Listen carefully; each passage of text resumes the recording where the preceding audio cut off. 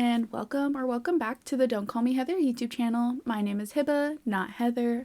I'm recording a channel intro video to let you know what this channel is about, what content I have in store for you guys, and what you can look forward to.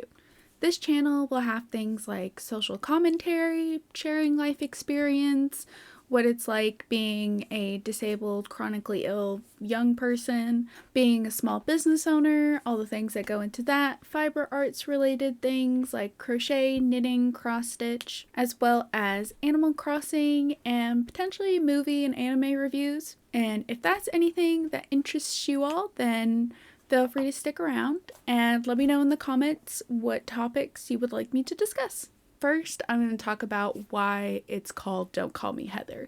So this all sort of stemmed from people mistaking my name, Heba, 4 letters, Heba, to Heather.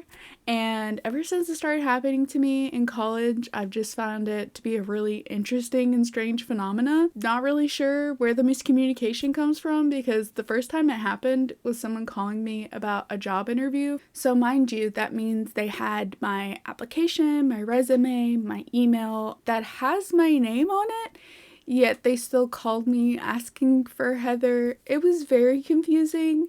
And when I finally got through to them after we had a back and forth of being like, no, this is Heba, they'd be like, I'm calling for Heather. No, my name is Heba, that's who you've called. Without skipping a beat, no apology, they're like, oh, I'm calling you about job interview for XYZ company. And I'm like, okay.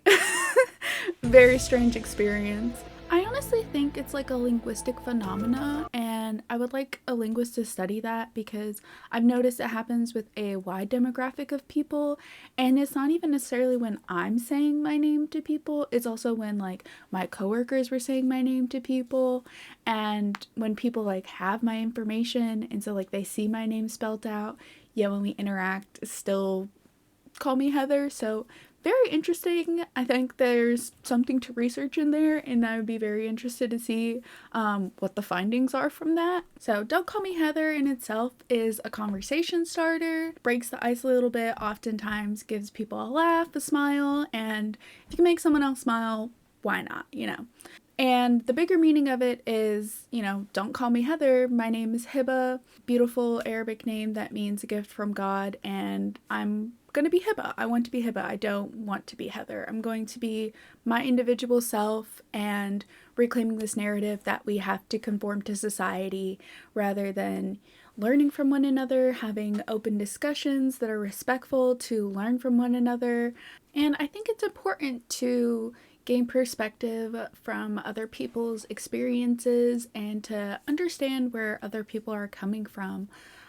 Speaking about myself as a Palestinian American Muslim queer person with disabilities and chronic illnesses, my life experience is going to be different from the next person. I think it's important to be able to have a space to have respectful discourse, and that's what I would like this to be. I'm talking from the perspective as a third culture kid trying to find my place being a Palestinian American, try to understand your identity as yourself rather than what other people are telling you what your identity is or what you're being stereotyped as, what it's like being a queer Muslim person. And disclaimer, this is not a religious debate channel. That's not what this is going to be. This is somewhere for people to have a place to share their experiences and to have respectful discussions. And I know for me personally, growing up in America, I felt a lot of pressure to conform to society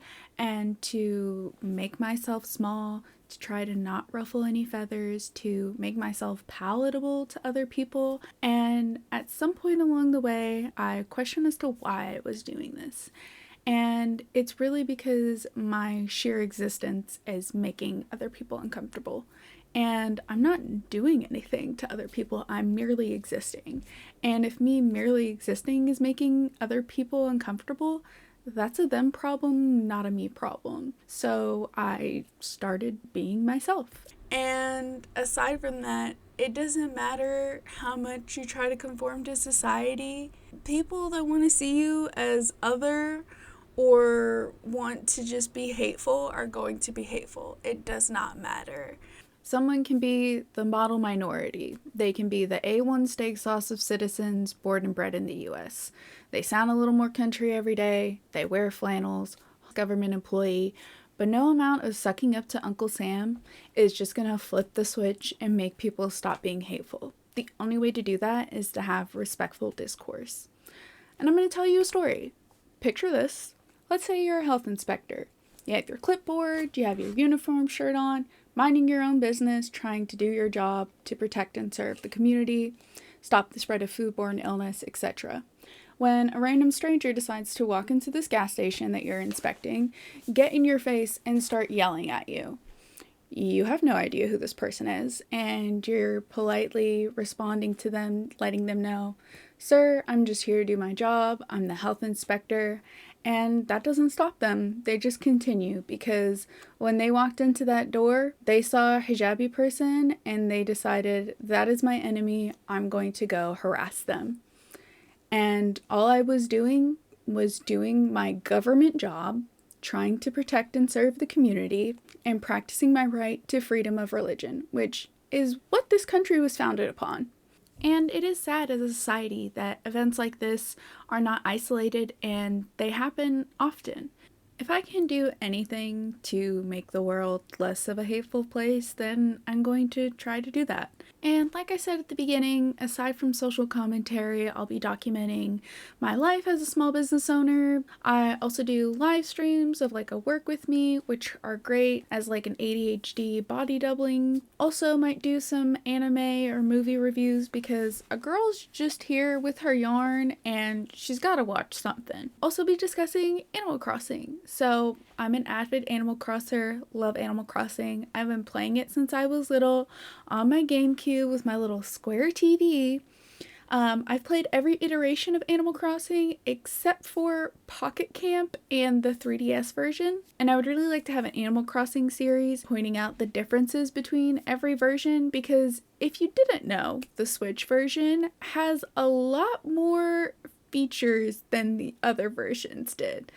For example, black people. In all the previous console versions, you got a randomized character.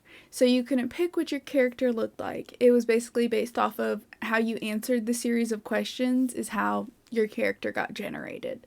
But in all of those iterations, there was never anyone with melanin. So it finally took, Nintendo until like 2020 to finally give us that option.